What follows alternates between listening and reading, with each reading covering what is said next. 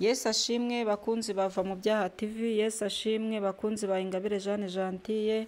Reka dusangire ijambo ry'Imana muri risoza ry'umwaka. Tuzakomeza dusangira ijambo ry'Imana uko tubonye uburyo.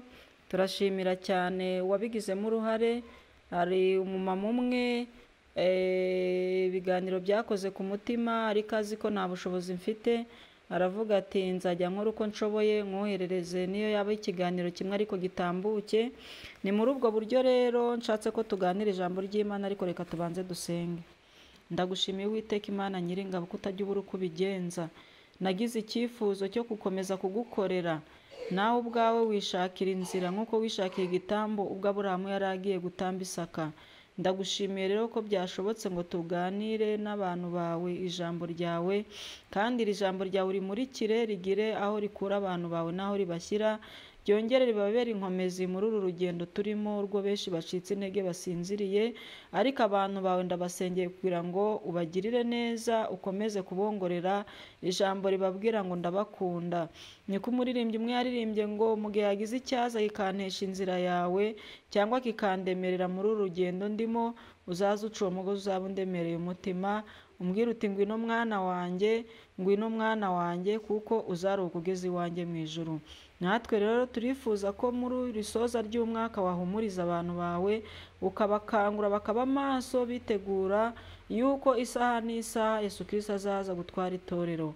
Dusengera ijambo ryawe rero kugira ngo uryumvikanishe mu mitima y'abaryumva, kandi babe gufata umwanzuro wo kugumana nawe mu izina rya Yesu Kristo, amen. Reka dusangire ijambo ry'Imana riri muri Matayo ibice 25 umurongo wa mbere kugeza hepfo gatoya ku murongo wa 13. Ijambo ry'Imana riravuga ngo umugani w'abakobwa 10. Icyo gihe ubwami bwo mu ijuru buzagereranywa n'abakobwa 10 bajyanye amatabaza yabo bajya gusanganira umukwe. Ariko muri abo 10 5 bari abapfu, abandi 5 bari abanyabwenge. Abapfu bajyanye amatabaza yabo ntibajyana n'amavuta, ariko abanyabwenge bo bajyana amavuta mu mperezo zabo hamwe n'amatabaza yabo. Umukwe atinze bose barahunikira barasinzira, ariko nijoro mu gicuku habaho urusaku ngo umukwe araje, nimusohoke mumusanganire. Maze ba bakobwa bose barahaguruka baboneza amatabaza yabo. Abapfu babwira abanyabwenge bati nimuduhe ku mavuta yanyu, kuko amatabaza yacu azima. Ariko abanyabwenge barabahakanira bati oya, ntiyadukwira twese, ahubwo nimujye mu bahanjuzi muyigurire. Bagiye kugura, umukwe araza, abari biteguye binjirana nawe mu bukwe, urugi rurakingwa. Hanyuma ba bakobwa bandi nabo baraza barahamagara bati nyakubahwa dukingurire. Nawe arabasubiza ati ndababwira ukuri yuko ntabazi. Nuko mube maso kuko mutazi umunsi cyangwa igihe, amen. Iri ni ijambo ry'Imana dusomye muri Matayo 25 duhereye ku murongo wa mbere. Ritubwiye umugani w'abakobwa 10, 5 bari abanyabwenge abandi 5 ari abapfu. Ritubwira yuko bose bakoze igikorwa kimwe cyo kujya mu birori, bagenda bagiye gusanganira umukwe. Hanyuma bagiyeyo bamwe batwara amatabaza ariko atagira amavuta, abandi bo batwara amatabaza batwara n'amavuta mu mperezo. Ahangaha hatekereze neza, wibaza uti mbese ubu ngubu ko ndi mu murimo w'Imana, ko ntegereje Yesu Kristo ngo azagaruke, ahari naba mfite itara, mfite n'amavuta ku ruhande? Kuko ngo bageze aho bagombaga gutegerereza umukwe baboneza amatabaza yabo, ariko umukwe aratinda. Bigaragare yuko amavuta bari bitwaje mu matara, mu matabaza yabashiranye. Biba ngombwa ko babandi bitwaje amavuta ku ruhande bo bavuga bati ntacyo, ahari buzire turi buboneze amatabaza yacu twongeremo amavuta. Ibaze nanjye nibaze ngo muri iyi nzira twahisemo yo gukurikira Imana, gukurikira Yesu Kristo wavuze ngo tugere ikirenge muke, ngo ahari natwe niho tuzaba. Haleluya! Yesu yasize avuze ngo ndagiye ngiye kubategurira aho nzaba namwe muzabayo. Ese Yesu Kristo yitwaye ate? natwe turi kwitwara dute ngo tumenye niba Yesu Kristo azagaruka kudutwara agasanga koko dufite amatabaza n'amavuta. Abantu benshi muri iyi minsi bafite amatabaza ariko nta mavuta bafite. Ndakurarikira gushaka amavuta. Wambaza uti se amavuta ni gute, amatabaza ni gute? Jambo ry'Imana uraryumva, ukajya mu rusengero kubahiriza gahunda z'itorero usengeramo, ariko nta mirimo iyo ku giti cyawe ushobora gukora itagaragarira abantu. Abantu benshi bafite amatara kuko bakora imirimo ishimwa n'abantu, abantu bakayibona bakavuga ati runaka azajya mu ijuru, ariko ni abantu babivuze, ntabwo ari Imana ibivuze. Wubatse urusengero rwuzuza wenyine, wafashije abakene utanga mituweli, wafashije abakene urabagaburira urabambika, ni byiza kubikora, ni byiza, ariko se ahari ntiwaba ubikorera ku karubanda kugira ngo buri wese abone ko wakoze? Yego nabyo ni byiza uba uri kwigisha abandi gukora, ariko shakisha amavuta ukore n'imirimo ya rwihishwa. Kuba ukora iyo mirimo igaragarira abantu ni byiza, komeza ubikore kubera ko bishishikariza n'abandi gukora. Ntabwo ndi kubigaya kuba wakorera abantu ibyiza abantu bakabimenya, nubwo ijambo ry'Imana rivuga ngo ukuboko kw'iburyo nigutanga ukw'ibumoso ntikukabimenye, ariko ni byiza ko nabyo bikora ku mugaragaro kugira ngo wigishe abantu gukora. Ntabwo ari bibi, kubera ko n'ijambo ry'Imana riravuga ngo yaranyanyagije aha abakene ngo ariko arushaho kunguka. Kunyanyagiza bivuze iki rero? Bivuze yuko uha benshi bashoboka. Hari ibyo abantu babona, hari n'ibyo batabona, ariyo y'amavuta. Ibyo babona tubigereranye n'itabaza, ya mirimo ukora igaragarira abantu, reka tuyigereranye n'uko ari itabaza, kuko nabyo ni byiza. Kuko ntabwo urusengero ruziyubaka, nta nubwo ruzubakwa mu ibanga. Abajyanayo imbaraga z'amaboko bazazijyanayo, abatanga amasima bazayatanga, batanga amabati n'ubundi bushobozi bwose, ibikoresho byo mu rusengero, imikubuzo n'ibindi biba bikenewe, amaturo tuyatanga ku mugaragaro. Ariko ibyo bikorwa dukora ku mugaragaro reka tubigereranye n'amatara. Hanyuma rero Imana iragushakaho na ya mirimo itagaragarira abantu, ariyo mavuta. Shakisha ukuntu wabona amavuta ukore ya mirimo ya rwihishwa. Genda nimugoroba mukabwibwika umuturanyi wawe, muhereza icyo arya, muhereza umwambaro mu ibanga. Aho ngaho jya muri famiye yawe, ugenda ugira ibyo ukora ku mugaragaro, ariko ugire n'ibyo ukora mu ibanga, kugira ngo ube ufite itara, ufite n'itabaza. Itara niryo tabaza, ahubwo ufite n'amavuta mu mperezo. Ya mirimo igaragarira abantu, ya maturo, kwa kujya muri korari, muri repetisiyo, kwa gushyigikira abagiye mu ngendo z'ivugabutumwa, aya mafaranga bagenda batwoherereza ngo tujye mu ivugabutumwa, aya mafaranga batwoherereza ngo mukore ibi n'ibi, ni byiza, ni byiza. Ariko nimba wowe wohereje amafaranga ukabwira uwo uyoherereje ngo abo uri bufashe ubishyira ahagaragara mbimenye ko byakozwe, ibyo ni byiza kuba wabikoze utyo.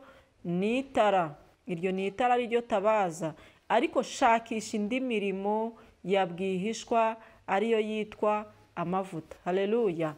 Ni ukuvuga ngo tuganiriye ku bakobwa b'ibyiciro bibiri. No muri iyi si niko tumeze. Abantu bakurikiye Imana bari muri inzira ijya mu ijuru bategereje Yesu Kristo ko azagaruka, nuko bameze. Barimo ibice bibiri, igice cy'abapfu n'igice cy'abanyabwenge. Nakwingingiraga kugira ngo wimuke rero mu gice cy'abapfu winjire mu gice cy'abanyabwenge. Nimba wari mu gice cy'abanyabwenge gumamo, komeza ukorera Imana mu buryo bugaragara n'ubutagaragara, kugira ngo imirimo ukora igaragara ihinduke itara, itabaza, ya mirimo ukora itagaragara ihinduke amavuta. Amavuta nanone twayagereranya no gukiranuka no kwizera, kuko imirimo dukora igendana no kwizera. Ijambo ry'Imana rivuga ngo kwizera kutagira imirimo kuba gupfuye, ariko nanone imirimo itagira gukiranuka yo ni kure kubi, kubera yuko birasaba ngo ukiranuke ahagaragara n'ahatagaragara. Hari abantu bafasha abakene, hari abantu bubaka insengero, hari abantu bashyigikira amakorali n'ivugabutumwa, ariko bagakora ibyaha. Ubushize narababwiye ngo kubaha Uwiteka ni ukwanga ibibi, mu Migani 8:13. Kubaha Uwiteka ni ukwanga ibibi. Ni ukuvuga ngo rero kugira ngo ubone ya mavuta ni uko uzakora imirimo ariko ukiranutse, udakora ibyaha.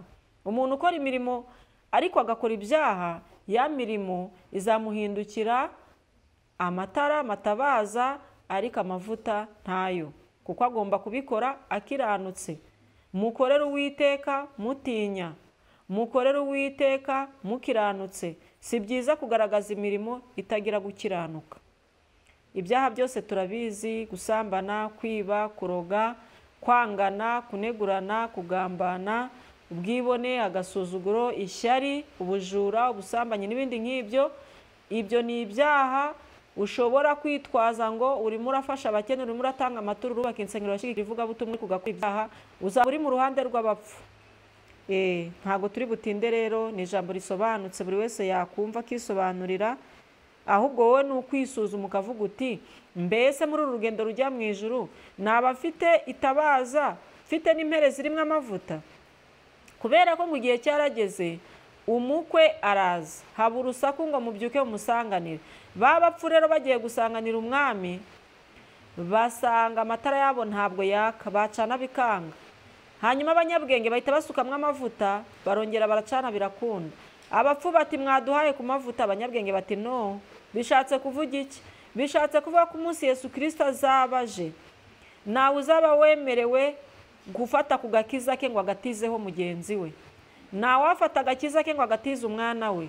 Nawe wafata agakiza ke ngo agatize umugabo we. Nawe wafata agakiza ke ngo agatize umugore we. Nawe wafata ku gakiza ke ngo agatizeho inshuti ye. Ahubwo agakiza ni ak'umuntu ku giti cye.